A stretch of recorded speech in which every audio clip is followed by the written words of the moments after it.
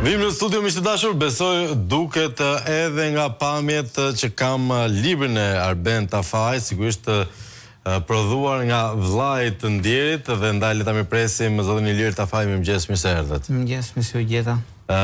Sigurisht nuk është një personazh i vogël, edhe pse përditshmëria e Shqipërisë prodhon shumë ngjarje, megjithatë ka një vend shumë simpatik dhe interesant për Arben Tafaj, dhe ndoshta kjo e bën edhe tipikisht Tiranës, që ka atë simpatinë e vet të pashmangshme. Çfarë do thotë në këtë distancë nga largimi nga jeta e Benit kjo vepër, dhe mbi të gjitha si është kujtimi i tij sot? Atëherë, sigurisht që ky libri u botua në kuadër të një vjetore të ndarjes nga jeta, por në fakt brenda librit janë rreth një çerek shekulli histori dhe punë dhe kontribut të tij për kryeqytetin, për Tiranën që dashaj shumë, por jo vetëm. Ideja është që përtej modestisë ne duhet të kërkojmë që brenda rrethave tona familjare, brenda miqve tanë, brenda bashkëpunëtorëve tanë, të gjejmë ato modele të cilët janë udhërrëfyes dhe për të ri dhe për standardet e sotshme morale dhe të komportimit me kryeqytetin apo me vendin ku janë. Lidhja e individit me vendin ku ka lindur, me traditën, me le të themi në një farë forme me autoktonin, apo jo? Në disa raste duket si diçka arkaike, por në fakt nuk është kështu, sepse një komb që e ruan me xhelozi dhe e mbron mirë linkun midis brezave të traditës, së komportimit të qytetarisë, së butësisë, është një komb i cili nuk shpërbëhet kollaj.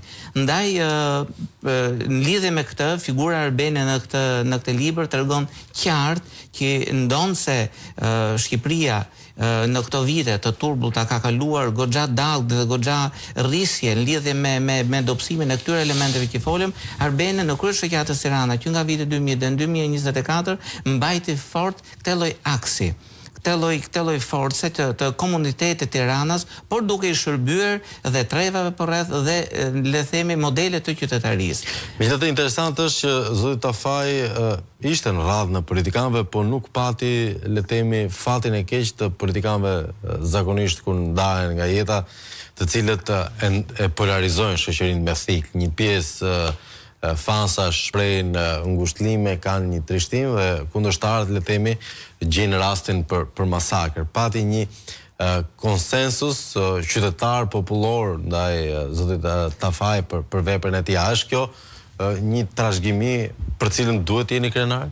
Pa diskutim që jemi krenar, sepse përtej përkatësisë politike të Arbenit në ato vite ku edhe ishe aktiv dhe me sipërmarrjet e veta personale, ishte një konservator progresist, le themi, gjithsesi pati një respekt nga të gjitha anët, nga gjithë nivelet politike, dhe kjo realisht është një falënderim që familja ja jep këtij falënderimi, por mbi të gjitha dhe një kontribut real dhe personal i Arbenit, lidhe me atë që folëm që parë, që është një profil qytetar i cili nuk mund të kontestohet kollaj në këtë lloj klime politike që mund shahesh kollaj. Por realisht Arbeni ishte ekuilibruar dhe pikërisht kjo ka qenë një ndër tiparet e tij të spikatura dhe të forta që realisht ka kaluar në këto vite të turbullirave. Si vazhdon puna e Arben Tafajt sot?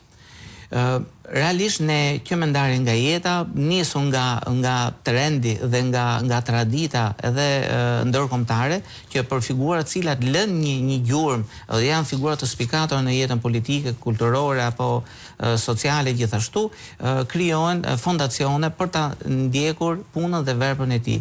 Ndaj ne familjarisht e nisëm të iniciativë, por tashmë ka sot një fondacion Arben Tafaj. Fondacioni Arben Tafaj, i cili do të vazhdoj, po vazhdon me aktivitete në kuadër të vimësisë së punës dhe veprës dhe idealeve që Arbeni kishte për Tiranën dhe jo vetëm. Lidhe me kulturë, me traditat, me ato çka Tirana i ka të nevojshme dhe do t'i ketë në këtë lloj standardi, në këtë lloj forme tash si metropol, dhe që shumë rrezikohet shumë të kontaminohen ato tradita të cilat e majnë lidhur këtë trev. Si është sot komuniteti i Tiranësave në raport edhe me zhvillimet e mëdha që ka pësuar qytetin, ndryshimet e tashme? Komuniteti i Tiranës është